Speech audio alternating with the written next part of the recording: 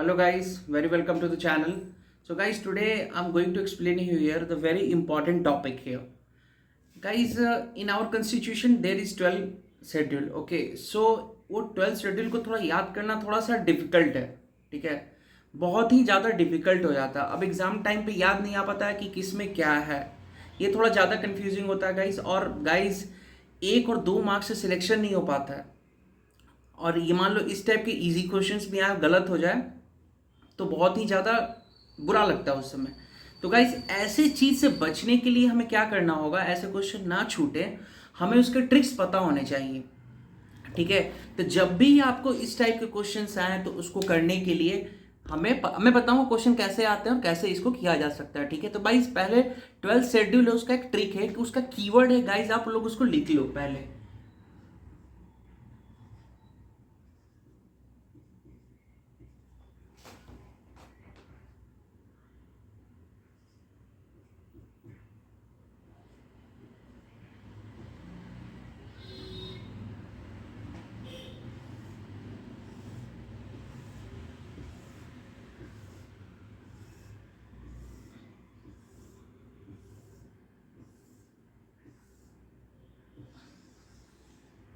हो भी कहीं आप लोगों को ये दिख रहा होगा, मैंने लिखा है टीयर्स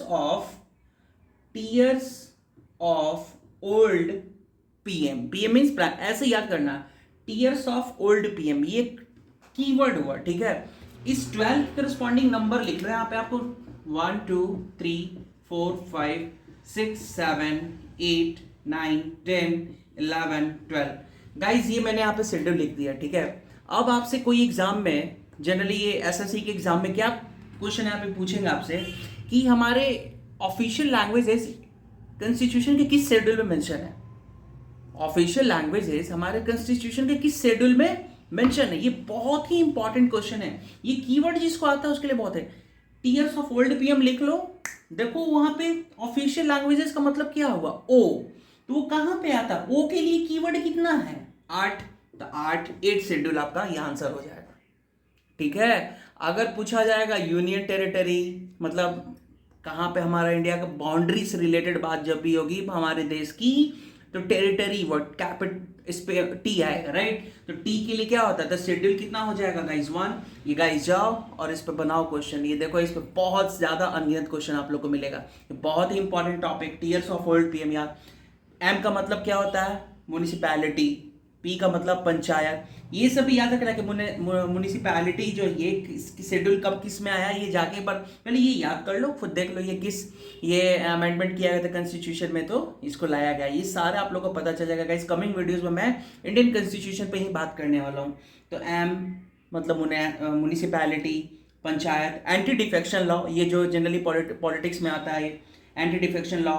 दिस एल मीन्स क्या होगा गाइस, लैंड. ठीक है, land. Official language, federal structure of our country that is concurrent union list. O means, देखो यहाँ पे गाइस टीयर्स ऑफ, ये ओ का मतलब क्या पे नॉर्थ.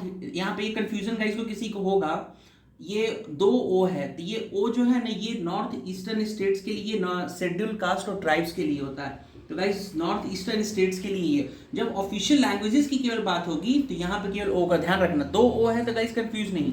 ये केवल ऑफिशियल लैंग्वेज है. और ये ओ का मतलब है अदर कास्ट का, जो शेड्यूल कास्ट और ट्राइब्स नॉर्थ ईस्टर्न स्टेट्स को उसको रिप्रेजेंट करता है. ठीक है, तो कंफ्यूज नहीं होना है.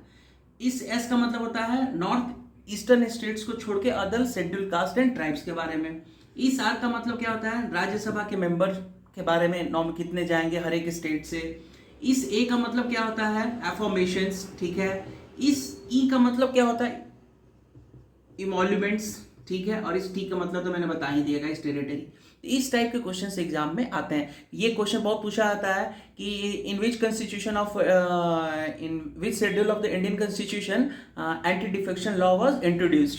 सो you have to simply say D, that is article 10. उसके करस्पॉन्डिंग जो होगा गाइस आंसर होगा. Hope you guys understood. This is very important trick. एक क्वेश्चन फिक्स जनरली आता है, 90% श्योर रहिए आप लोग, ये इंडियन कॉन्स्टिट्यूशन का वेरी इंपॉर्टेंट पार्ट. ठीक है guys, hope you understood. So keep watching and learning, and if you guys have one more thing, as usual, please like and forward my channel. Thank you for watching.